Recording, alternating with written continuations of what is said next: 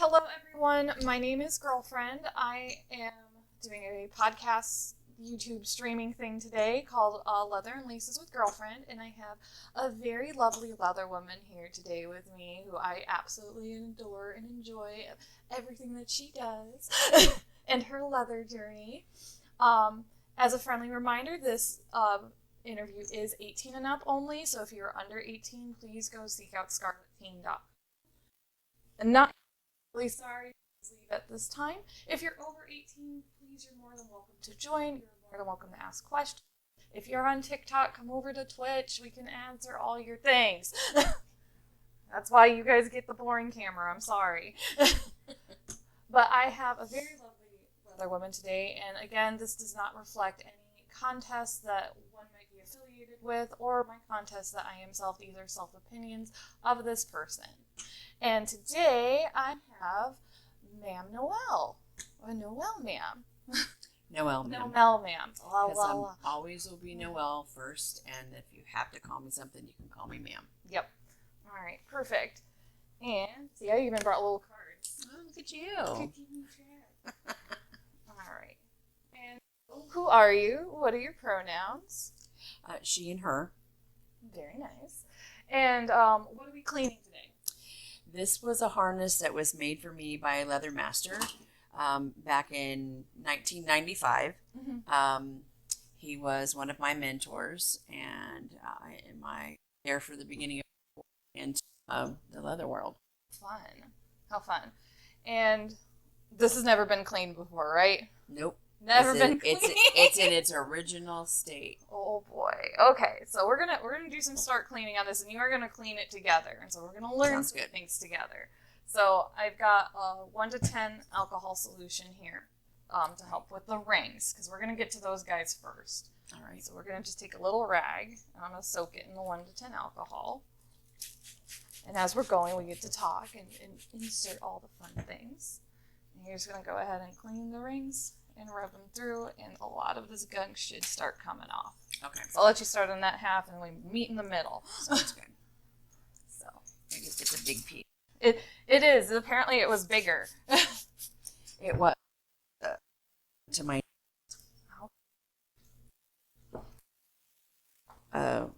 wear contest, and then afterwards, it was simply just not practical to keep it that long. What happened to the rest of it? It was repurposed. Repurposed, okay. Yeah.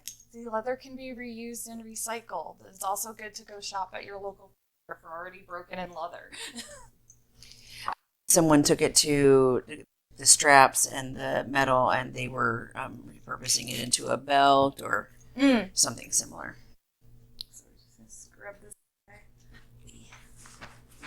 If anything, I've got a work as a scrubbing guy in case we run into a lot of muck. Very fun. Boop. All right. So tell us your first experience. Style. Well, I was in the BBSs before AOL was around. I was a moderator for a BBS, and the late shift. So my job was to new users, explain them how to use the BBS, how to talk to people, join chat rooms, and that type of thing. And some guy logged on that I'd never seen before. Myself, hi, I'm the moderator, blah, blah, blah. This is how we use our system. He's like, I'm familiar with it. I have another board also. And he mentioned he was 6'8", and that caught my attention. So we met in person, and he was the one that was kind of the one that introduced me to the people that ended up being my mentors. Gotcha. Okay. And I'm sitting on right now, Noelle is very tall and very gorgeous, might I add. And I know we both have a thing for very tall and ladies. I'll always do the tall ladies. All right. Perfect. Can you tell us about your mentorship? I had two. Okay. One was Leather Master, and he has left this world. He was a gay Leatherman who was married to a because back then you just really beard. Mm-hmm. If those people don't know what a beard is, that would be the one that you marry that makes it look like you're married even though you're not. So he had his own relationships and whatnot. He still maintained that marriage. And he had a leather shop where he put together harnesses and just leather gear. And there was a contest coming up, a fetish wear contest coming up. And I had said that I wanted to be part of it. And I still hadn't quite found my place exactly where it was going to be. And so he gave me join in and help make this piece. Apparently quite an honor because he didn't let just anybody come in the shop and certainly didn't let anybody join in. But he said he saw some potential in me. And that's what started it. So... Oh, joy. So apparently we need to project. Right? No. But we spent a couple of hours putting this together. We didn't know exactly what it was going to be when it started out, but by the time we got done with it, it was shoulder to knee length. That's really big. And it's heavy. It's chrome rings and leather. Wednesday. Nope, that's Tink. Yeah, but her name's Wednesday. No. Wenny, do you want Wednesday? In that white jar, there's treats for Wednesday. They say you got bigger. It's like the Rona. It's still treats. But we didn't know exactly what it was going to start out with, and we thought maybe it was going to be a vest. And then he's like, you know what would be really good? We could put these straps with the same chrome rings and the same straps, but not connect them together. So when you kind of have this presence, this bell presence. And so I got in place with it. It's not bad. So if you're finding like a lot of glue on here, I'm finding a brush with the Right. same solution is taking it off. Okay, yeah, I'm finding the glue on there. Yup. And that's okay. Well, I haven't seen anything like this since. So. I've never seen something like this, and it's so cool that you're allowing me to work on it with you. No, I appreciate it. It needed some loving care. I'll take. Truthfully. So I know mentorships back in the day worked a lot differently than they do now. Can you maybe shed some light? Well, I was lucky. I had a gay Leatherman, and I had a femdom, and they were both mentors. So I learned finesse from her, and I learned more of the physicality from him, and and more the leather and some of the etiquette. How to act and how to show respect and that type of thing. And she was more the nuances of it. She had a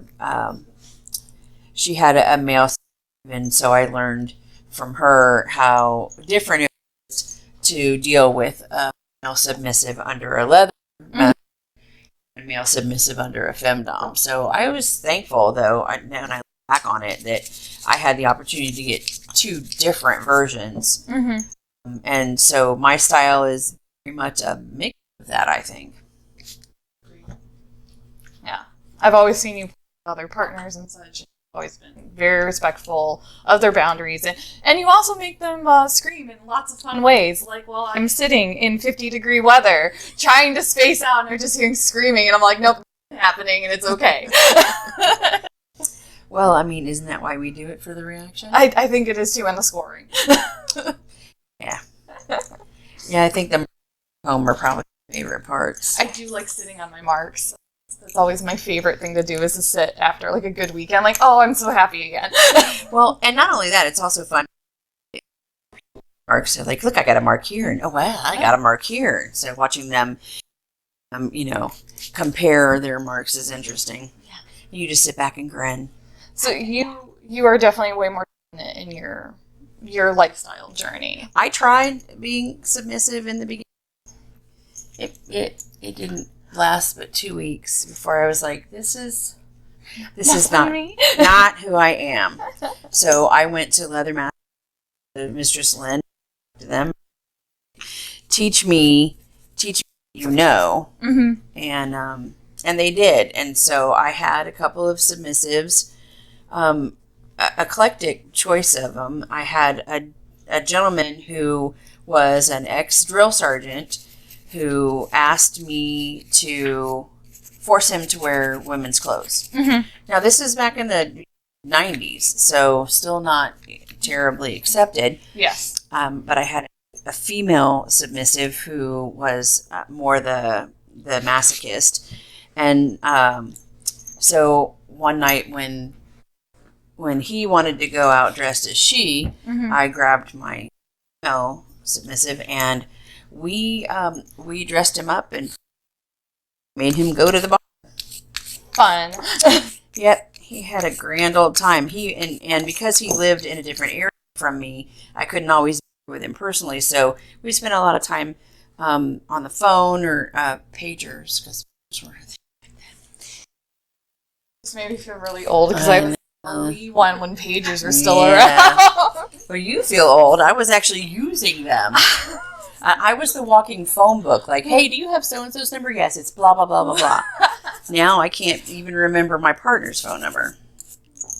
That is also a thing. That's true. Mm-hmm. God, that's so strange. Yep, my friends always use me for the phone book. We need so-and-so's phone number. Oh, well, it's blah, blah, blah. I mean, I even remember my grandmother's phone number from back in the day. I still remember a house phone Yeah. number from all those years ago, even though it's probably totally disconnected. And no one's there. Or no belongs to somebody. Yeah. Something.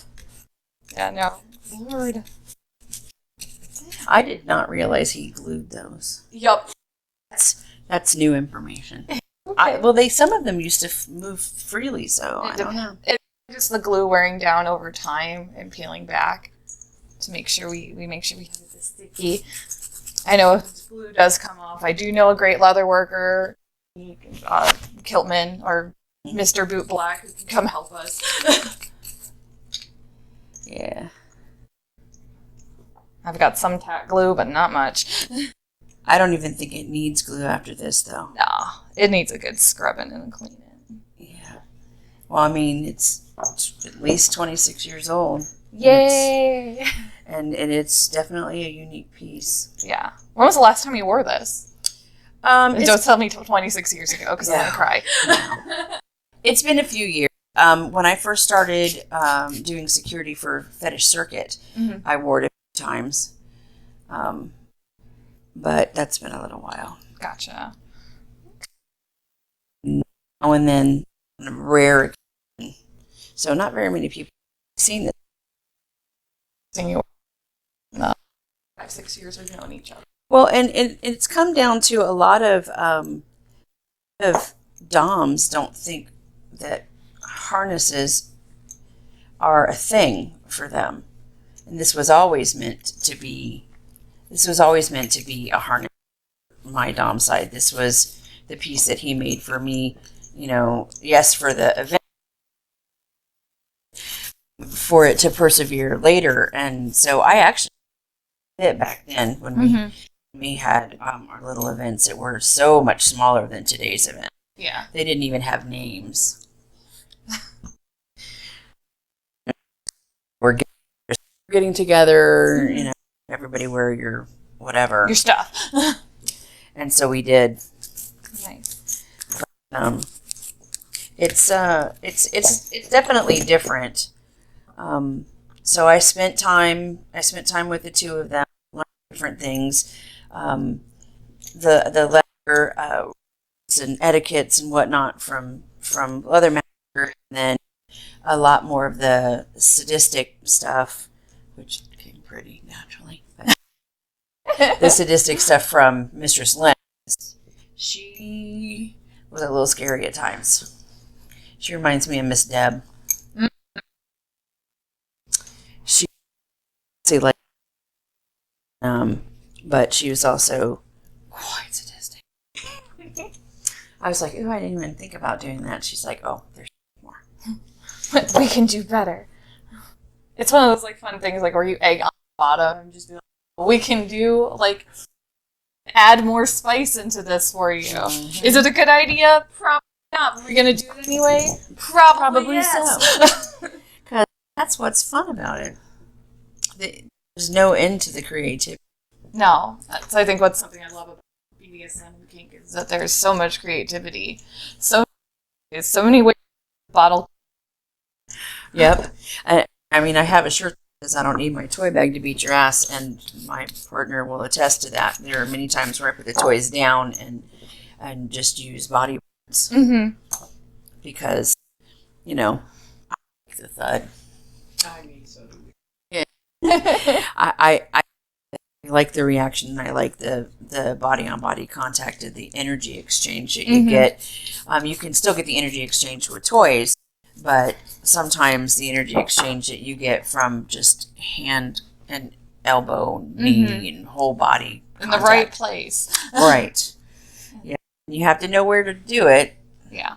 So I think being a former LMT, that really helps, you know, the body, where, you know, it's dangerous to hit somebody and less, you know, less damaging. Yes, it hurt. The pain, we don't like the damage. Long-term damage effects. That's right. We don't want to ever do that. I want to feel whole. I want to hurt from you. Can you tell us a little bit about Queen Story Hour and what's that about? Well, it hasn't happened for a little while. COVID and the loss of one of our favorite cafes was kind of a downfall on that. It was basically, it started out with a day that queens come in and read storybooks, kids' stories, to children in a safe space. And if questions about queens, or they had questions about how they had questions, you know, but most of the time, children are accepting. They don't really care what the person's dressed like. I mean, sometimes they were like, "Oh, that's pretty. I want to have glitter like that." It was allowing children to see that drag queens are not just. I mean, sure, drag queens can be deviant. We like them, but that's not all that they are. Yeah, and it's a different lifestyle, and opening up the children to see that it's not a negative thing. These people may look a little different, but they're still just people. Yeah. They're still just people. And exposing them now at a young age, we hope will stay hatred and ignorance that many of the adults are having the biggest problem with. Gotcha. We want the kids to know that, I mean, they thrive on looking different. That's what they like. But that doesn't mean that they aren't just regular human beings. Just more to look at.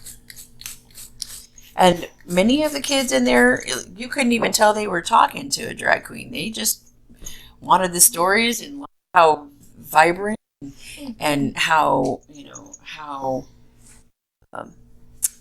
sort of so animated. And that's a benefit to the kids. If you're teaching the kids tolerance and acceptance now, then we're not, you know, the likelihood that we're going to have a walking out of a bar, walking to their car, attacked just the way they look, and because somebody doesn't like their sexuality or their orientation, or, you know, it's to teach tolerance and acceptance at a young age. That's the important thing. So why do other folks go to Drag Queen Story Hour? To protect them from the bigots. Yeah.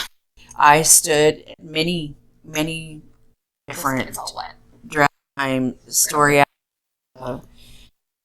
I did not their car, and I put myself in between the bigots and the violence, because there were people who were trying to do stuff to them, but it was my duty as other folk to protect them. Yeah. Let you hurt because you're being you, and because they can't accept you for who you are. I love who you are, and I will be there. I would have stood for people at abortion clinics. Mm-hmm. I've stood for Drag Queen Story Hour. I've stood for a couple of different things. I've gone to a number of different events to show them that we accept them, we believe in them, we don't want to see them hurt, because there are people that don't want to hurt them. Mm-hmm. All right. What changes have you seen in the leather community, and what changes would you like to see in the leather community? I have actually seen a couple of things. I've seen some negative things where people get too cliquish, and because I don't like it. And then I've seen people go the other direction where I don't do what you do, but I don't have to do what you do and accept. So I think the ones that are less accepting of the new stuff, they're dying out. Mm-hmm. They're dying out. I became part of an all-male leather group because I had a leather boy as a submissive. Mm-hmm. And I regularly had issues with some of the older gentlemen in that group because they didn't think somebody with a vagina should be there. And I grew up in my leather walk with a male gay leatherman. Mm-hmm. Like, I grew up learning their ways, and I was holding to their ways better than some of these were. But they didn't want to have anything to do with me because I have a vagina. I said, my vagina is not setting up your tent. My vagina is also not protecting your people and doing security when they come in. My vagina is also not the one going in and taking somebody out who just raped one of your members. Yeah. And taking them out of there. So my vagina has nothing to do with it. The bottom line is, I'm following the etiquette. I'm following the rules. I'm being the best leather person to be, and it doesn't matter what the hell is in my pants. Mm-hmm. So that was a big issue. But more and more, there are people standing up. Like, the old dinosaurs die out, and new, more open, more accepting, more educated, more knowledgeable, more loving people they'll take over.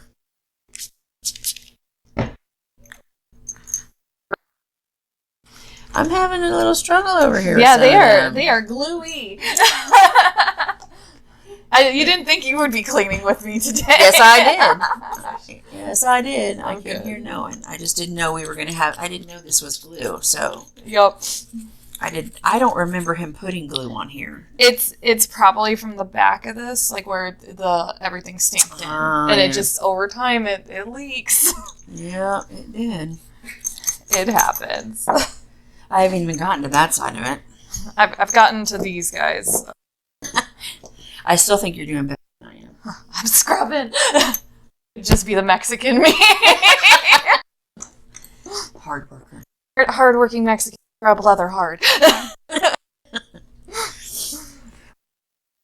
Working. That's one of the reasons why when you do things, because you do it half-assed.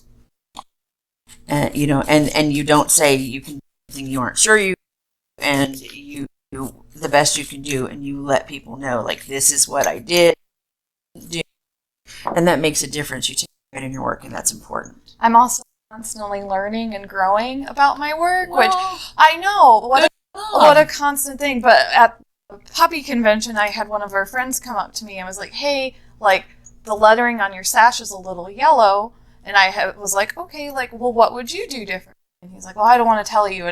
Well, please educate me. I just asked. Tell me what to do. Tell me what to do, because, like, I don't want to look for at leather events, and I want to make sure, like, what I'm putting out there, practicing what I preach. So please educate me. So I'm currently re-cleaning my sash again. Well, what did he say to do? So I'm currently doing a whole treatment of baking soda and toothpaste on the sash. Oh, okay. But I was gonna ask. he also gave me a dry cleaning formula that helps up, and he's like to help, right? Oh, nice. So I'm maintaining my bathroom going through another toothpaste because, again, it darkened because it's got so much gunk over a couple dozen years. Being in smoke bars, and God knows what else. So we're learning and growing constantly, and always be accepting and open of that. Well, that's important. I don't know everything in leather care, and I never will. Well, and that's important, is to have that, because a lot of times people are like, well, I know everything. No, you don't. No, you don't. No, you don't. And you are actually hurting yourself by not being willing to learn something new. I always like to learn something new. Especially somebody who may be my age or older, I like to find out their stories, because some of their stories are stuff that I didn't get to go through. Like, I spent most of my time in the early time with gay leathermen, and then when I got back, I was raising my son, and I was doing it alone, so I needed to concentrate on him. And when I got back into the leather scene, I went right back into the gay leather scene. Mm-hmm. Well, learning stories about the lesbian leather scene is interesting because I didn't go through that. Yeah. I many times was the only woman in the middle of the gay leather bar. And you know what? You got to fucking stand up for yourself. Mm-hmm. And I had one person try and question me. He sidled up next to me and tried to put me in the submissive position on his right side behind him. Mm-hmm. And I wouldn't let him keep me behind him. I kept walking around him, and he'd ask me a question, and I'd answer it, and he'd be stunned that I had an answer for it. Got to a point where he was sitting in this submissive position, and I talked to him over my shoulder. So, don't try me. Don't try me. If I don't know an answer, I'll tell you I don't know, but I'll damn well go find out the answer too. And, people are hesitant these days. Yeah. They either know it or it's wrong. You can always go back and fix questions you don't know. Oh, yeah. I have no problem saying I don't know. Like, I learned that a long time ago. If I don't know, I'll tell you I don't know, but I will also go find out. And if somebody wants to learn something and I don't know how to do it, I will find you somebody that can do it. I've done that hundreds of times over the years, where I am not necessarily good with certain subjects. So I'm like, well, you know who is? Mm-hmm. I'll go find you one. You come talk to him. And if I have a partner that wants to learn something, my forte, I go and learn it. I find somebody who does it, and I'm like, hey, I need to know how to do this.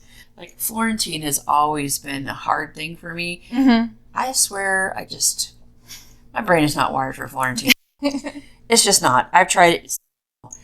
If somebody I'm with wants Florentine, then I go find one of my people who does Florentine really well, and I'm like, let me set something up with you. Mm-hmm. I need you to meet my partner. I need you to meet my submissive. I need you to meet this person that does Florentine and I trust, and let's work some kind of arrangement out so that we can fulfill your needs and wishes, and I will learn something in the process. I still can't learn Florentine. I've learned a lot of things by having somebody want something that needle play, staples, all kinds of stuff. I love watching demos, and I love asking questions, and I love when you ask questions, because that's the difference. If you go to ask somebody a question and they kind of blow you off, kind of get soured on that. Mm-hmm. I don't let it stop me. I find someone else. You don't want to talk to me, I'll find someone else. Mm-hmm. So what does leather leadership look like to you? If you're going to be a leather leader, you need to walk the talk. If you're going to say that what you should be a leather leader, you need to be doing that. And if you're not doing that, you need to self-evaluate. And if you think you are not sure, then you go to somebody who you feel like might be a mentor, or somebody who is someone you trust, give you a straight answer, because sometimes you get a straight answer, I don't want to hurt your feelings. But you go to somebody who's a straight talker, and you say, like, I think so-and-so said this, but I don't think it's right. What do you think? I really want to be a person. You have to want to improve. If you want to improve, you're never going to. Mm-hmm. You're never going to. You need to have integrity. You need to be loyal. You need to be trustworthy. you need to be willing to learn new things, and you need to be willing to admit when you're wrong. That's one. You have to be when you can't admit when you're wrong. Faith in you, All right. and others will too.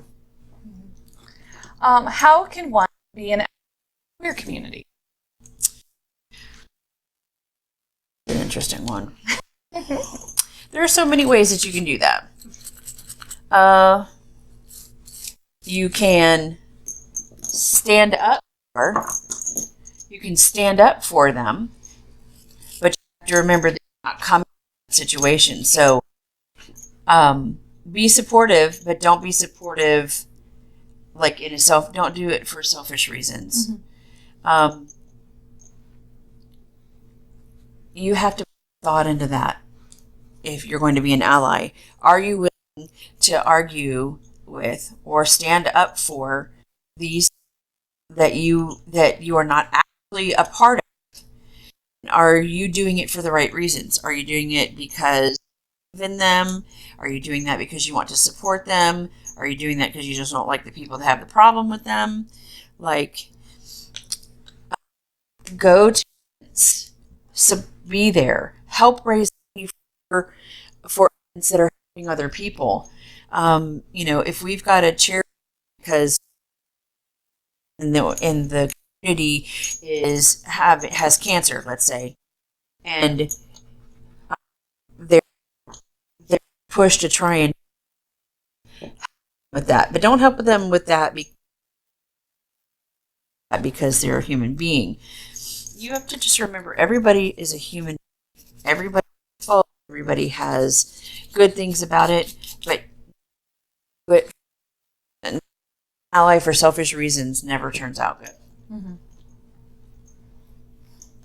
Go to events, be supportive, and look at yourself and your own behaviors and make sure that some of your behaviors aren't actually a problem. Because sometimes people try to do that and they don't that some of their own behaviors are actually working as a have an open mind, have an open ear,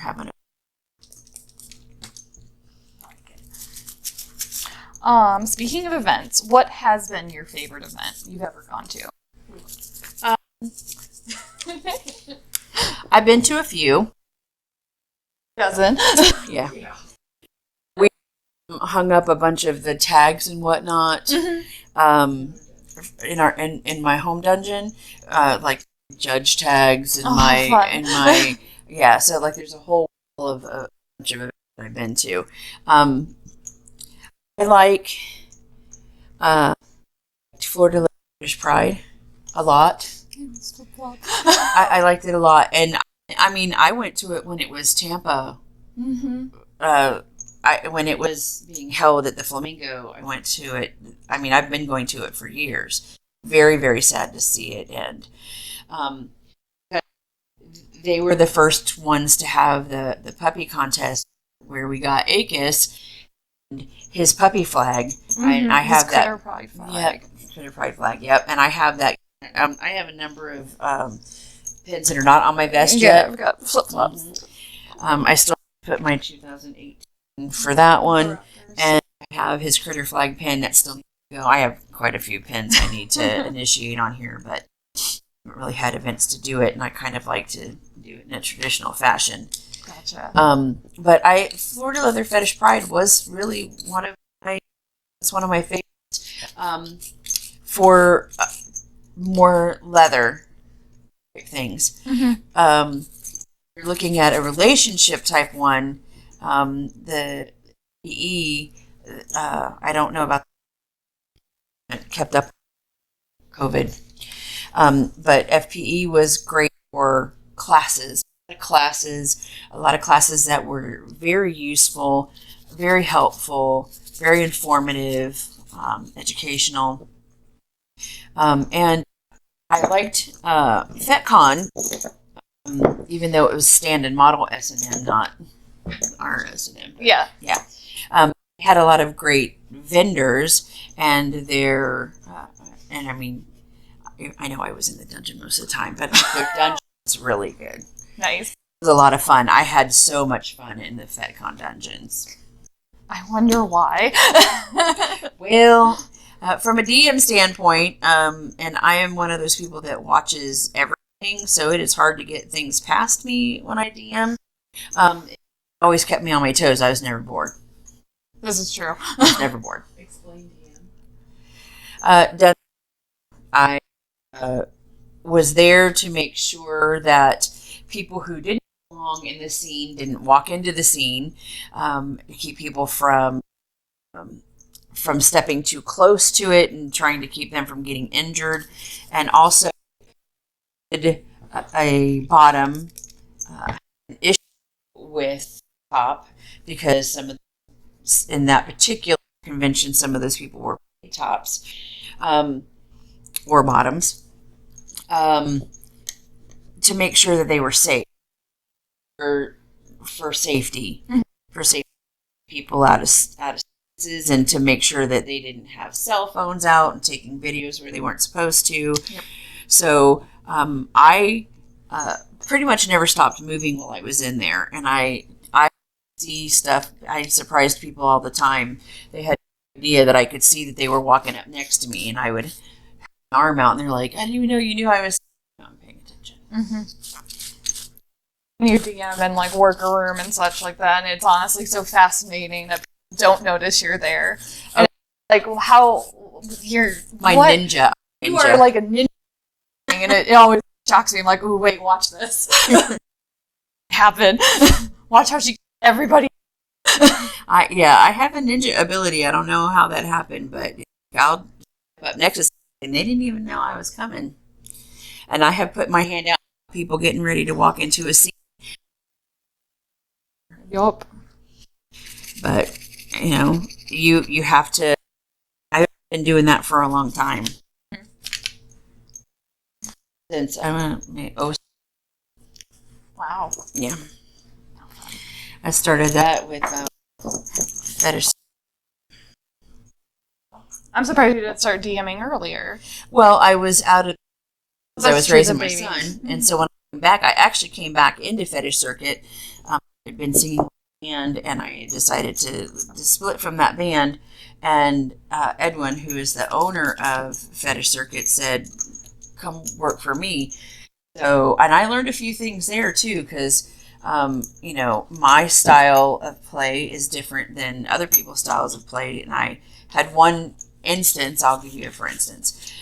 There was a woman who was the bottom and the man, and they were playing fairly rough on the floor, and he kicked her in her stomach, and she screamed. And so I was not familiar with this couple, and I went to go after him because to me it looked like it had gotten out of hand. Yeah.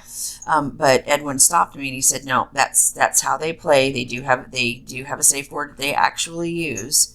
And so because several times I was ready to jump down and like snatch him by his hair and take him off of her, but he said, Edwin helped me to learn some of the people and their play styles, and then from there I learned better cues, what is actually maybe looking like it shouldn't be happening, or no, that's just the way they play. And then plus one for a while you so your new DMs come in and are like, "Oh my god, no, just the way they do it." So and then I went from there to doing conventions, a number of conventions. Yeah, I definitely have seen you, like, when I've been playing, and like, "Oh, there's Noelle Ma'am." I try to stay in the background because I want you to not feel intimidated there, but I also want just enough so if it goes wrong, I see. It's also a good skill to have, just to be like, it's a mindful on the back, like I'm still here. It's a hard skill to teach. I don't know actually how to teach. I don't know how to teach anyone that. just kind of observing you. Whenever dungeons Yes, it would be lovely if that happened. I do that. The energy in a dungeon is wonderful. Yeah. I usually come out of there super high, feeding off of everybody else's energy. Stick on the brush. Alright. Pup says the woodshed? Actually, I was the last time I went to, not the last time I went to the woodshed. The first time I went to the woodshed is where they were before they moved. So I've only been to the new woodshed once, and I went for a class on actually. Oh, how fun! I went to I went to support Aliana, Lady Aliana. Mm-hmm. She was doing a class on littles, and I at the time didn't have a little, but I was around a lot of littles, and for whatever reason seemed to find me to be a safe place. So I thought, well, I need to know how to be that space. Have treats and candy. Well, and for me, it's not necessarily treats and candy. They just want hugs. That too. They love my hugs. They love my hugs. That's the one thing people tell me the most they miss. They miss my hugs. They're important. I find hugs to be like the most beautiful form of communication. That's why when I hug people, because I want to feel longer than normal. If you want to know why I wiggle my butt, it's because I want you to feel the hug. I kind of have it down to an art form, I think. But no, I recently just went back to the woodshed during post. Honestly, if one reserve a spot to get in, which is very nice. There's distance masks all the way, no exceptions. Temperature at the door, and you can't make the class or it's booked up. They have Zoom. So nice. It's very, very nice what they're doing over there at the shed. He does a good job with that place. He always has. Yeah, I've been friends with him since probably 2006. Gotcha. And his pretty Darcy. Mm-hmm. I love her. She has great energy. I know. I got to. They were teaching a class about communication when I went. I mean, they really do have that. No, they I have do. to give them that. They are really, really on top of it. Holy smokes, this glue is crazy. You also have some oxidation here from the glue sitting here for a long time. Yeah. So I'm going to give you a treatment when you go home. I don't really know how to fix that. I got you. So if you want to know how to... you would. If you clean, like a 1 to 10 solution, and put a paste on, it will buffer all that out and won't eat away at your leather as a fun fact. Nice. So, but it does, it's going to take it. OxyClean too. So yeah. I'll have to do a little bit. Yeah, if you have this bottle of OxyClean like that, okay. You can use that. I would just but before you. But I could make a spray bottle. Yeah. Easy enough. That's a lot more than anticipating some things. Well, I knew this was going to be a project. I'll take a project any day of the week. I have a leather duck. Raven, and Raven worked on that for me. I miss Raven. Yeah. I've been busy. Yeah, she's been doing good. Mm-hmm. What is your 3 favorite toys in your toy bag? My fists. That's one. I have 2 of those. That's a pair. My fists, my weighted gloves, which are also my fists. So an extension of your fist. That's right. Oh, the weighted gloves are wonderful. I already put a pack a punch, and that just helps more. I think that I like my canes. I have a variety of. I have anywhere from fiberglass to rattan to chrome, and a pizzle. A pizzle. I have a pizzle. Mm-hmm. Pig. No, it's actually a beef. A beef. I think the audience might need an explanation on what a pizzle is. It's a dried penis. It's a dry bull penis. It's a dried bull penis. So not anywhere near my dogs, because they'll eat that. Yes. They will eat that. Like rawhide, yeah. Yeah. No pizzles for you Wednesday. I'm super sorry. He wrapped a handle for me. Including the pet store. Yep. Actually, that was given to me for my birthday. I don't know where but it is literally this long. I love it. Canes, gloves, and then I have a couple of mops, my big heavy floggers that everybody seems to like. Those things are fun times. I enjoy those. Yeah, well, and they're giants, and so they take a little strength to toss. I throw those. I can actually figure eight the two big ones. I have my biggest one. It's got a heavy handle about this long on it. Handed it to a leather master, not my leather master, but a leather master, and because he's like, "What are you throwing?" So I showed him, and I handed it to him, and he went, "No, I can't throw that. That's too much." But I like it. I think about but try not to.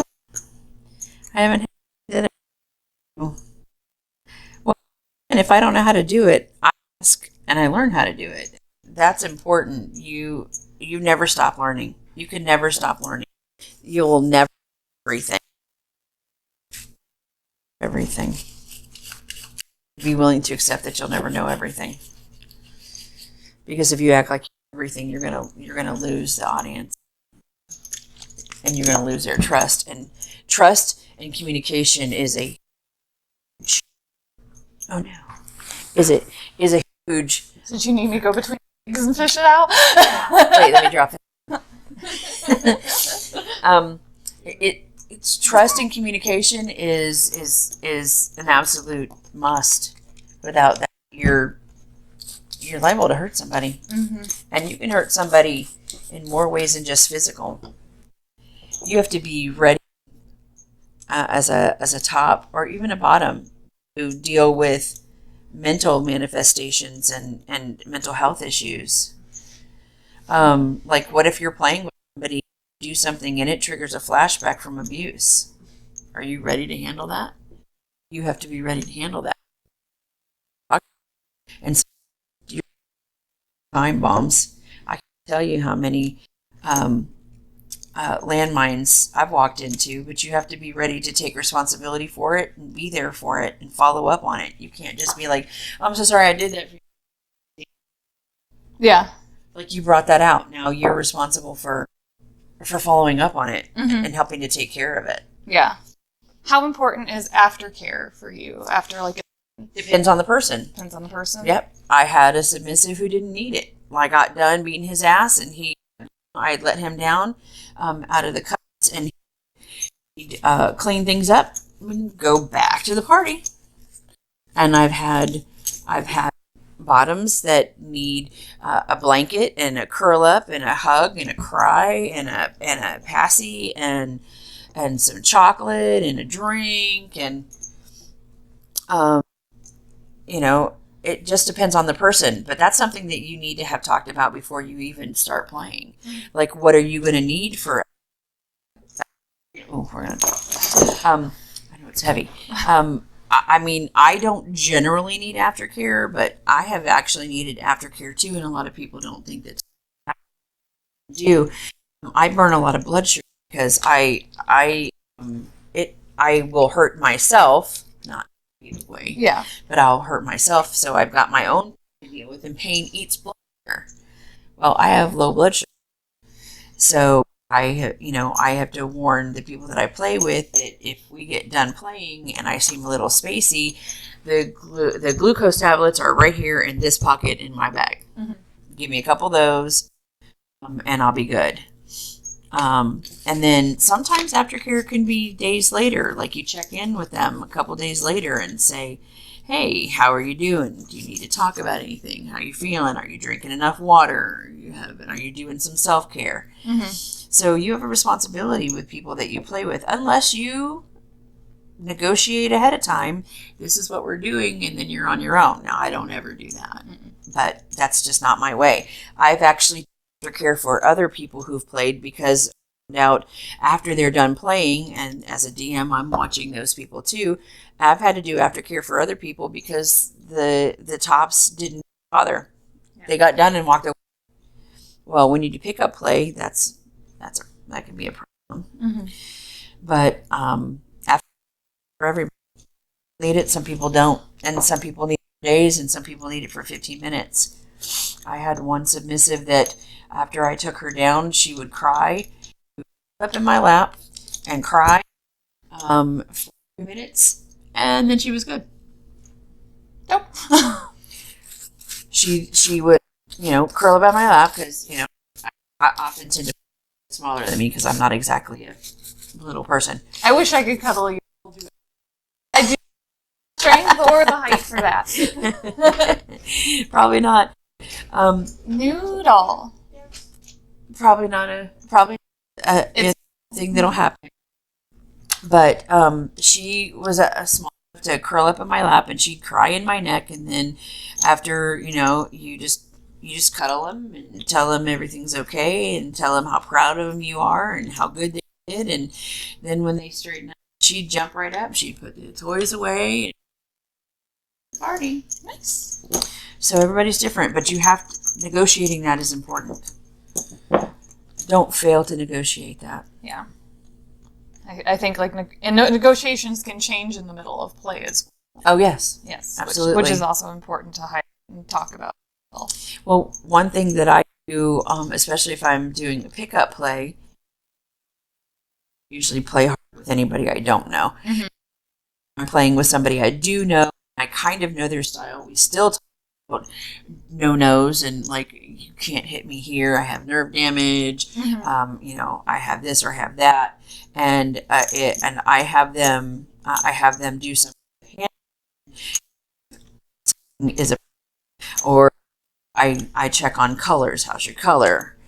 And if you don't color, then we stop until I get a color. Yeah. Because if you are not capable of being verbal, that's why I have the hand motions too. Mm-hmm.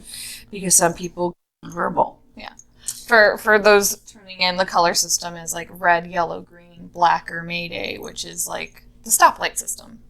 Yeah. Well, I just use the 3 colors. Mm-hmm. Yellow for mean that can you not do that same thing, that same implement? I talk to them. I'm on top of them, talking to them all the time. I want to know, because I want to give you the best experience. If I'm having a good time but you're not, then what are we doing? Fine. Yeah. What are we doing this for?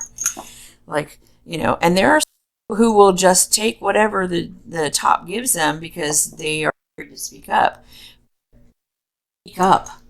Always speak up. Never be afraid to speak up. Because if they're not listening to you, then that's when we're starting toward abuse. Mm-hmm. And that's not what this is. No. That was me when I first started in the community, I was terrified to speak up. And now I will definitely tell you when you're in the wrong. Mm-hmm. We learn. Speak up. You have to be your own advocate.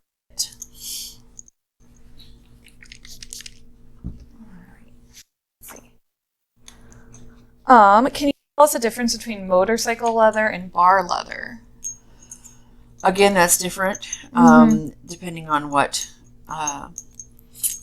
group. And my jacket is actually not bar leather; it's motorcycle leather. Mm-hmm. I was riding with a group of people, and one of my sisters in the group gifted me this vest, which is why I have the fringe, because this is more a motorcycle, that's more bar leather.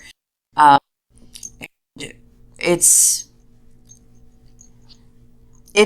changed over the years. In the beginning, not in the beginning, but in my beginning, let me just say that, in my beginning, motorcycle leather was just handed down. I'm getting something new. I think this would fit you. I think that you're worthy of it. Here you go. Mm-hmm. And that's basically what happened with mine. My my biker sister decided she was going to be getting actually a breast reduction, so the thing was not going to fit her. She said, and I think that this would work really for you. I think that, you're ready for this. And she gave that to me. She's also gave me my leather duster. Oh. So my leather is actually motorcycle leather. Mm-hmm. I was capped, and that's leather family leather, or actually leather community leather, where the community got together and that I had in the community and served the community, and they were recognizing that, It was that day. It was so much fun, and you deserve it. Thank you. Where I have been around, I've educated, I've demoed, protected. I've lived. I have lived and bled for the leather community. So it was a recognition of the leather community. Mm-hmm. Then you've got bar leather, which can a lot of times come from contests, or actually a lot of bar leather actually does come from contests, because the bar will have a contest, and whoever contest gets a vest with a patch on the back or the front, and they wear that to represent that bar. Mm-hmm. But the motorcycle leather for me, because everybody's going to be different, motorcycle leather for me is coming from the camaraderie and honor. That you've deserved that honor and recognition. So it's different for everybody. It's hard to give a particular answer, because my understanding of bar leather and motorcycle leather is going to be different from somebody else's. They're going to say, "Oh, that's not what I think." Okay, well, that's your experience. Mm-hmm. My experience, both of them are valid. Yes, both of them are valid. It's just not going to be the same. So, but for me, in general, bar leather comes from contests. Motorcycle leather comes from friendship and camaraderie.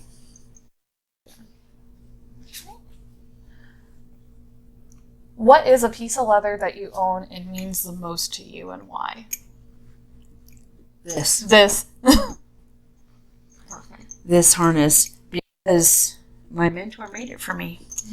Do you feel like this was like a stepping stone into your leather journey? I'm also happy to be working it out with you. Oh, man. And he accepted me, even though... Pop. Can you get tissues?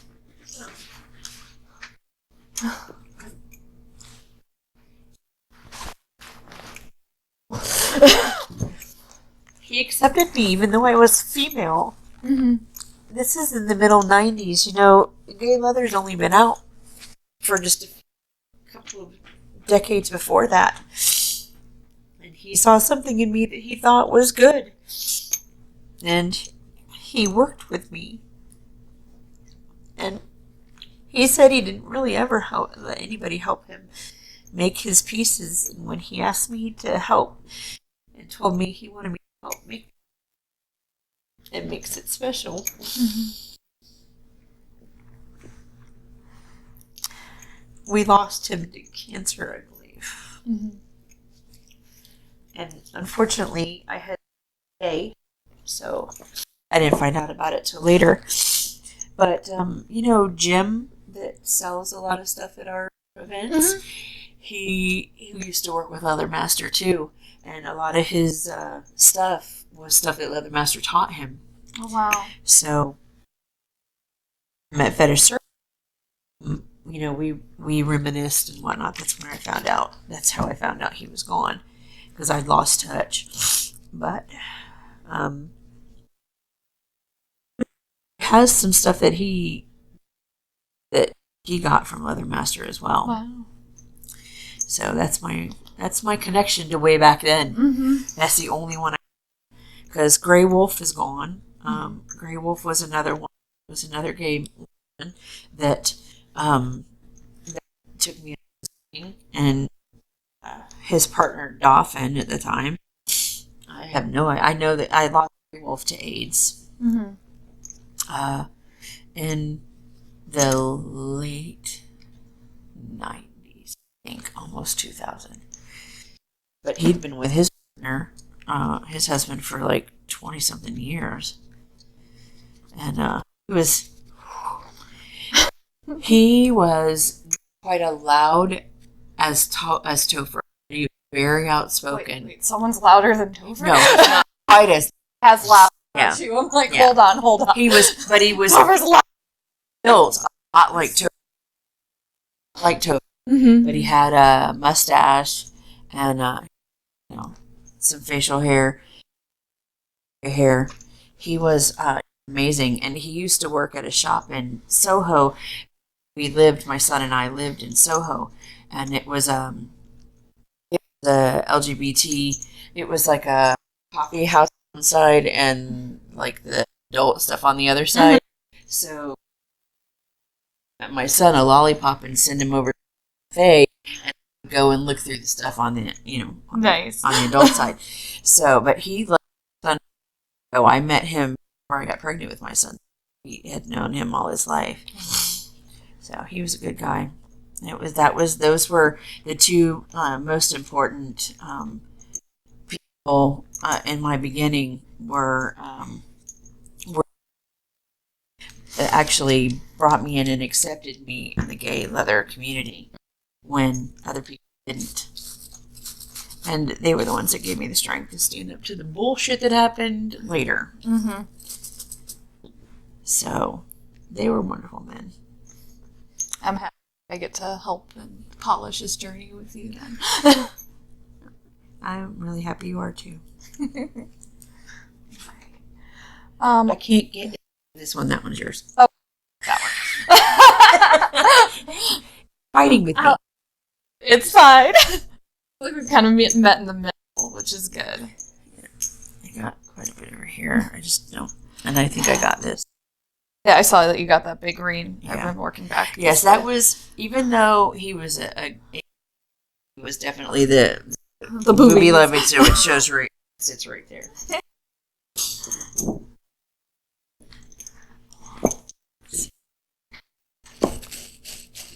There's another one. I know what I've done and what I haven't done. When I usually do a piece, like I think and mathematically plan, so I'm like, okay, this one's got this set, and we go down. So that's just the way I plan. Other people are a little different. No, there's no wrong way to do it. Just clean. We're doing it together.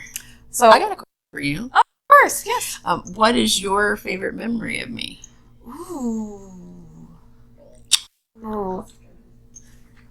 I think it's probably at Sawmill when we were at an event and some dude like said that we belong in China tent. Did him for the that's not okay. Any of us that works that thing, especially at a gay event. I'm here to we're a sister. Like I'm not here to be against you. We're all on the same side. We're trying to work to have fun. I remember you like kicked him out, I believe, at the end of it as well, because he was like getting handsy with some of the other gentlemen. And we're just like, nah, we don't need that. Go, and he threw such a fit. It didn't work out. It didn't work out, but I think that's probably one of my favorite memories. It was so fierce. And I'm just like, yes.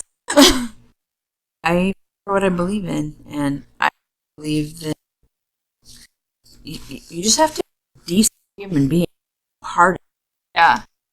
Working an event, like my time, I'm not for this. I'm doing it because I love it. It's gonna sit there and insult me and say because I'm a woman. Like, well, clearly you know about all the women that have supported the gay men and the leather men throughout history. In the AIDS crisis, lesbians saved them. Yep. But actually, what has been your journey on the leather? So we come from leather, which is a whole nother sector of leather. Well, I asked a leather group,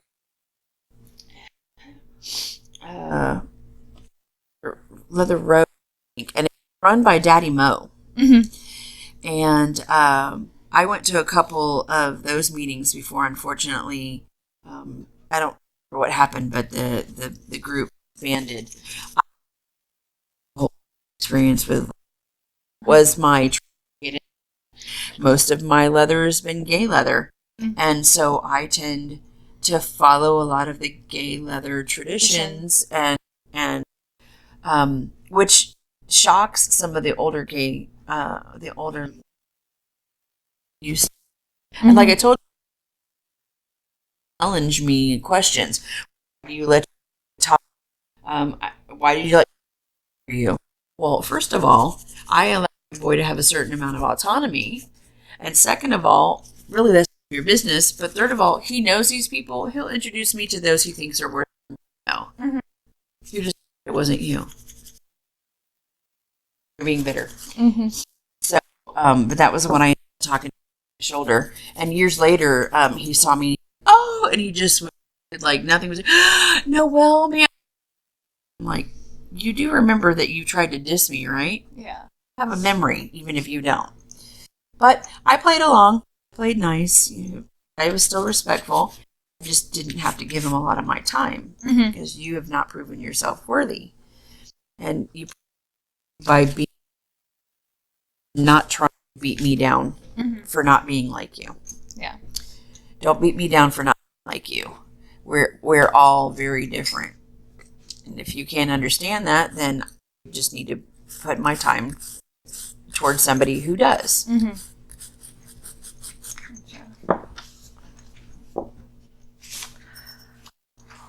Gotcha. So why is history so important to learn in the leather and kink community? Because if you don't learn where you came from, you can't make a really good decision where you want to go. You need to know where you came from. You need to know about Martha Johnson, and you need to know. And I didn't know about it until later. It was something that I learned only about 7 or 8 years ago about the gay bar that was in Louisiana, that was in New Orleans, that they burned people out of. If you don't know where we came from, the same mistakes can be made. To learn, and you have to grow, and you can't repeat the mistakes. Repeating the mistakes just doesn't get us. But it's important to know who was there before you. What struggles did they go through? You learn from them. So without your history, I mean, it's all good. You learn, you're doing. You look cute. Right. Why you're and where are you going to go with it? All right, how many more? Oh crap! There's on the back of that one. I get this thing clean. This is like on the couch for a couple hours. Yeah, I told you it wouldn't be easy. But I get to spend so much time with you, which it sucks because COVID like taken away so much from events and people. But I also want to make sure I'm doing it safely, and why it's so sporadic, guys, because I've got to clean all this stuff in between. Right? Well, and being helps. Yes. And even then, like, why that Florida? Make sure I stay safe. I stay. Wore my mask the time. I didn't go into the contest for me personally because I'm like, no, like that'd be shitty of me to come back and then clean leather like a week later, and like one of my dear friends gets sick. I would never want that. Yep. I.e., go get your shot if you're able. If you're able, go get your shot. Really, some people wait. Yeah, some people are not able to. Yeah.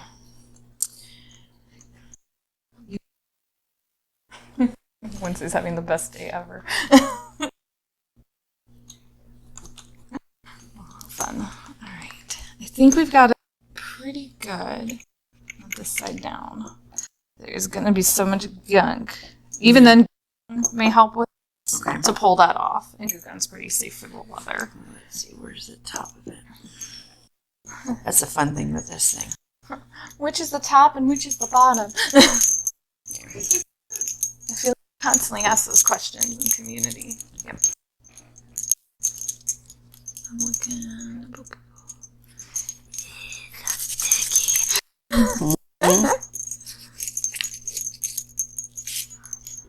Lord. This is a very unique piece. Mm-hmm. It's gonna be so shiny after this. Mm-hmm. And maybe if we have an event I can actually wear it to, I can wear it. Yeah. And I can boot black on it in person, which will be way more fun. Mm-hmm. I love doing that. I know. I appreciate my boot blocks. Oh, thanks. It's been hard. This year especially. Alright, I think we're okay. I think it's in a better place than it was. It definitely is. Alright. So next step we're gonna do is we're gonna take some saddle soap here. Okay. And we're just gonna take our little black brush. Alright. And some water. When I open it. And we're going to mix it around. We're going to go to the leather pieces and scrub them just a little bit in the front and a little bit in the back. You get a rag and I get a rag, and these rags get tossed away because we don't want to use them again. All right. Cross-contamination is a thing. I'm just going to scrub the leather.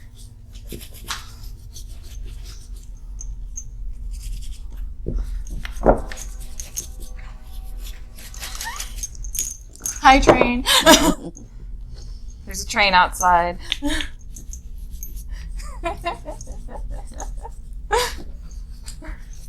My little loves trains. I can see that.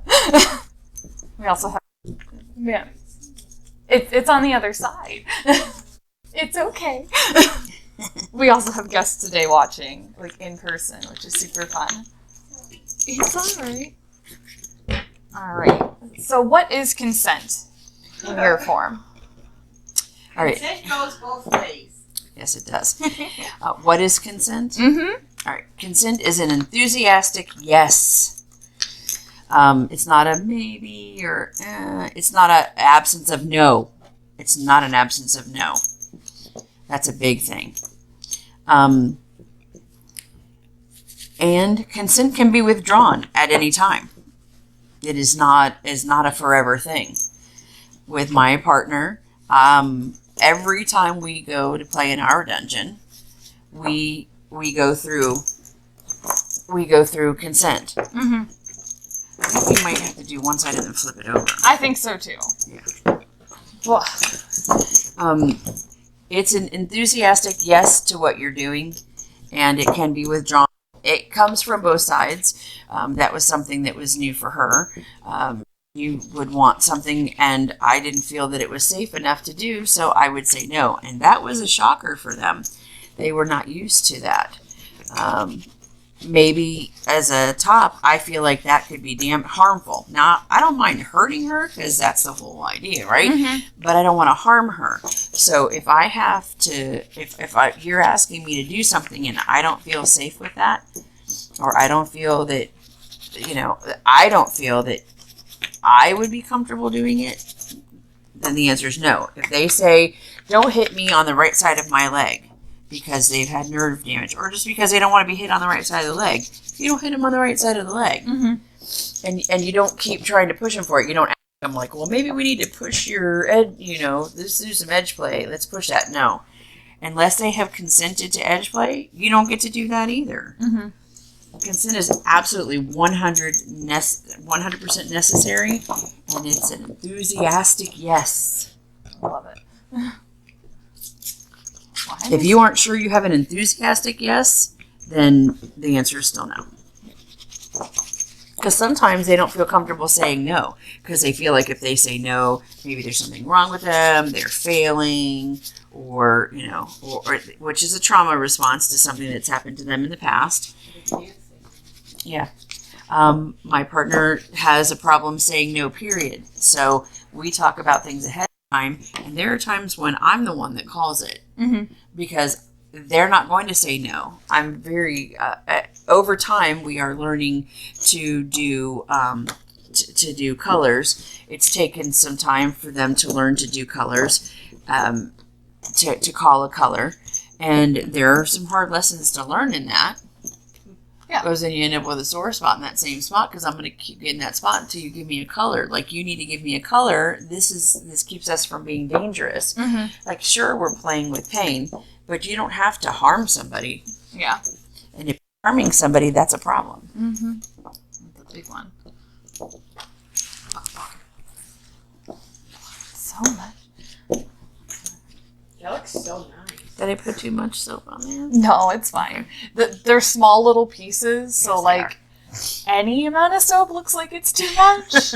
Especially in like a mass quantity, you have a whole bunch of little leather pieces. So it's just I personally, I always believe in the tradition of less is more when I'm doing leather care. Some people love dabbing the whole thing in soap, and I'm like, no, it's going to get in the crusties, and I don't want crusties everywhere. No, we don't want crusties. This is why we have a rag, and we're just going to just gently go through and make sure we get all the soap rubbed in or around. And I think pretty good. I think we're good to flip it over. Right. Do the other side. Do it all over again. What command didn't work? I'm just trying something in the stream. Mm-hmm. All right. Tell us your top 3 kink fetishes.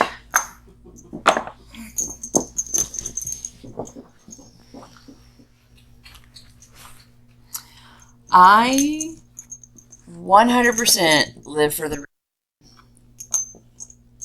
If I'm not getting a reaction, it's very me. Mm-hmm. Like, I want groaning, moaning, bitching, squirming, squealing. Live for the reaction. I want you to complain. Oh, I hate that, or ow, that sucks.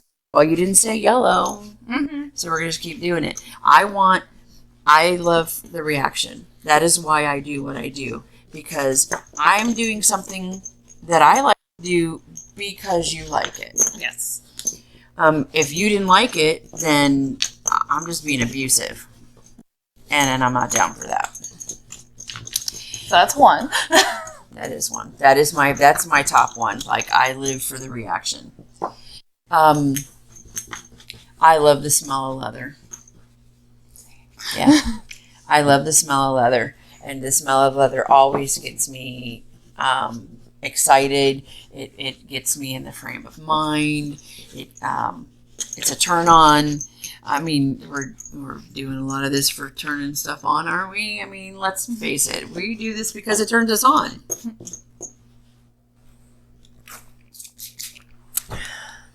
And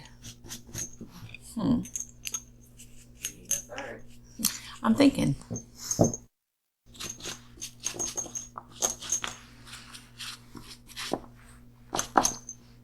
Oh no.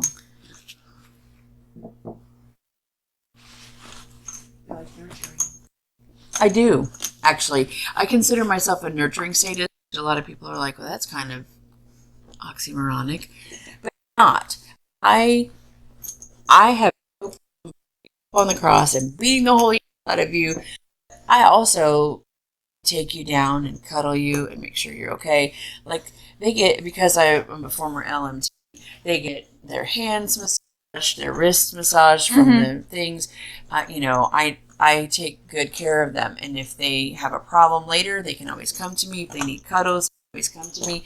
So I like being there for not just the pain of it, but for the healing that comes from that. Because a lot of times people go through that pain to work through other things. And I like to be there for the whole process.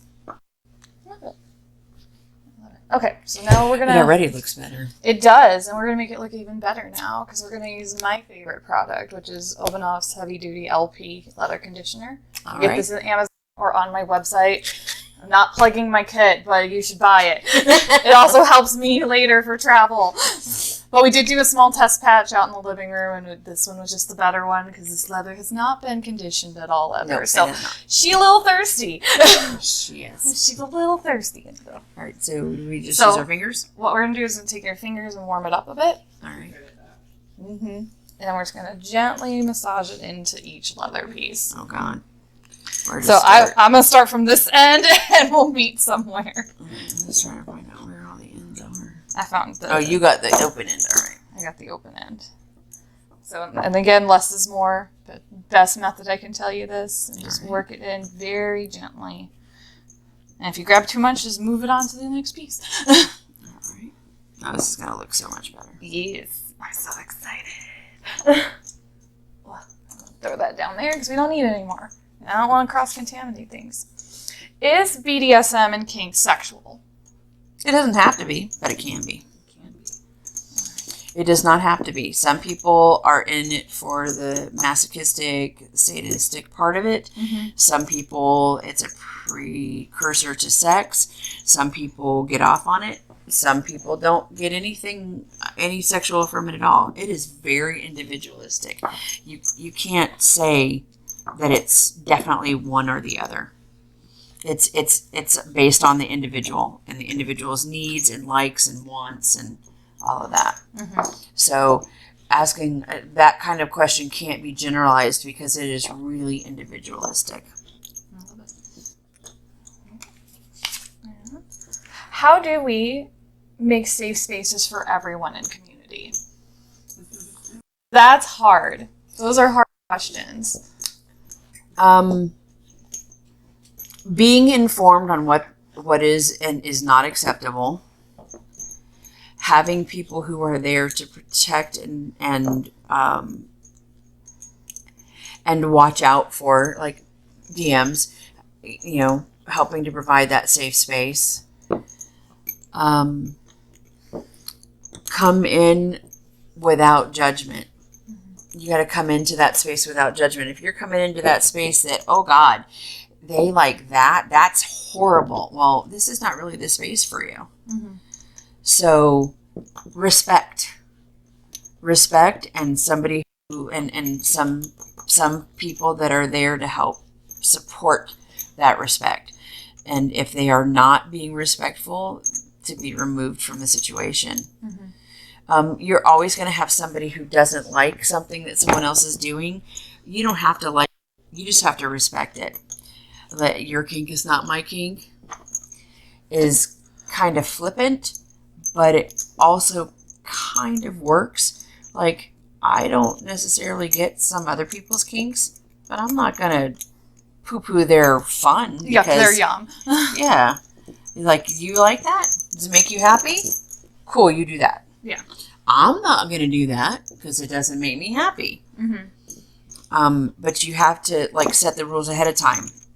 If you think it's dangerous, then report it to somebody who's protecting that space. But if you don't think it's dangerous, if it's just something that you just don't like, that's you. Yeah. How do you think events will change after COVID?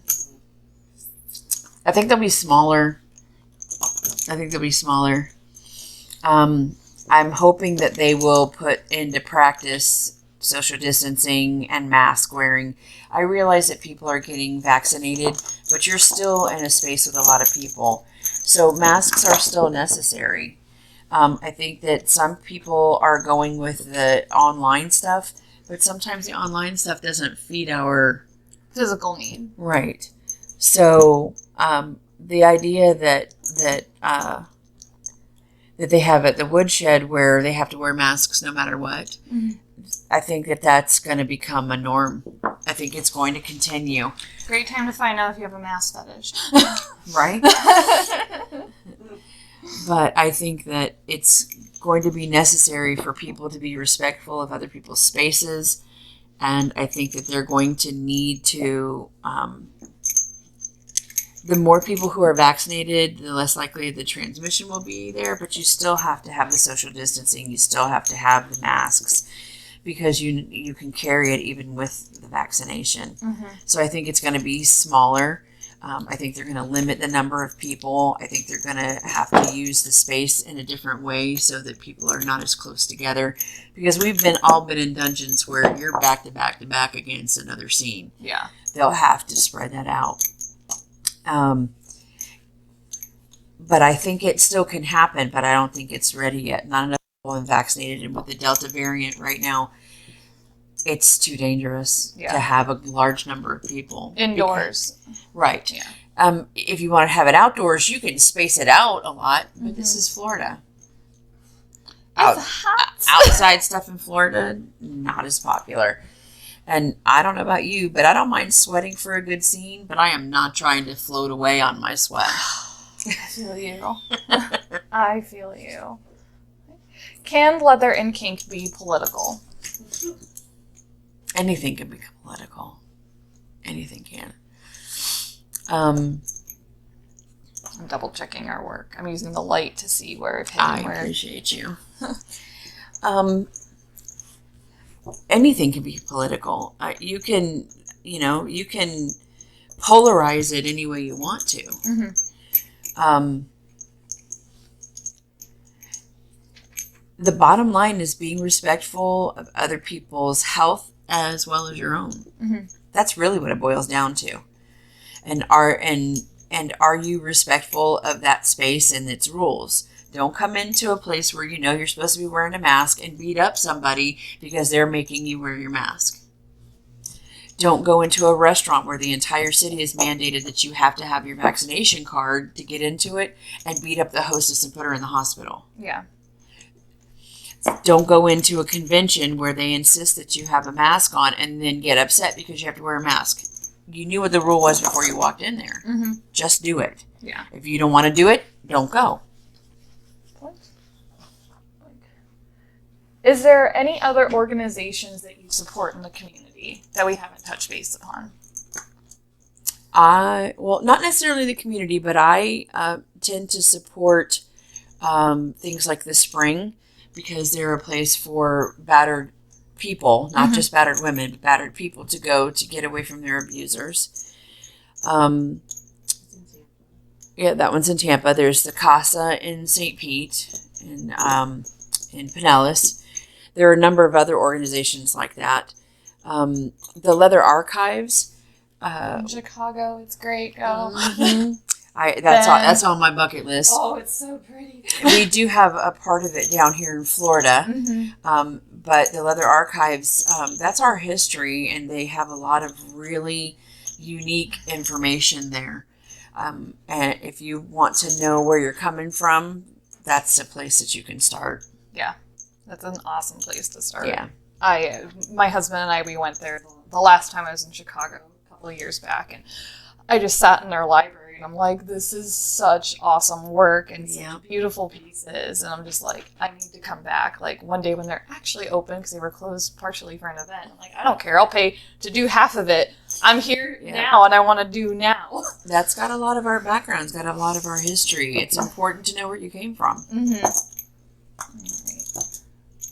I think we are good. I think it already looks better. It looks so much better. Wow. It's more flexible than it was, too. Yes. And just like for an FYI, when you get home, all these rivets, like once you do the Goo Gone and such, polished and hand paint back to them, you're not going to get the rust and the guts. The you kind of can't do that with because those are moving pieces, but the rivets themselves you can hand paint back on. That's a great. No, she's not doing it. It's when we get home. She'll make it rain. No, I have clear nail polish. Perfect. I do too. The little just pointed at me and was like, "You're painting." The bootblack's painting all these individually and making sure it looks even better in a few days. Paint is very different. Yeah, that is true.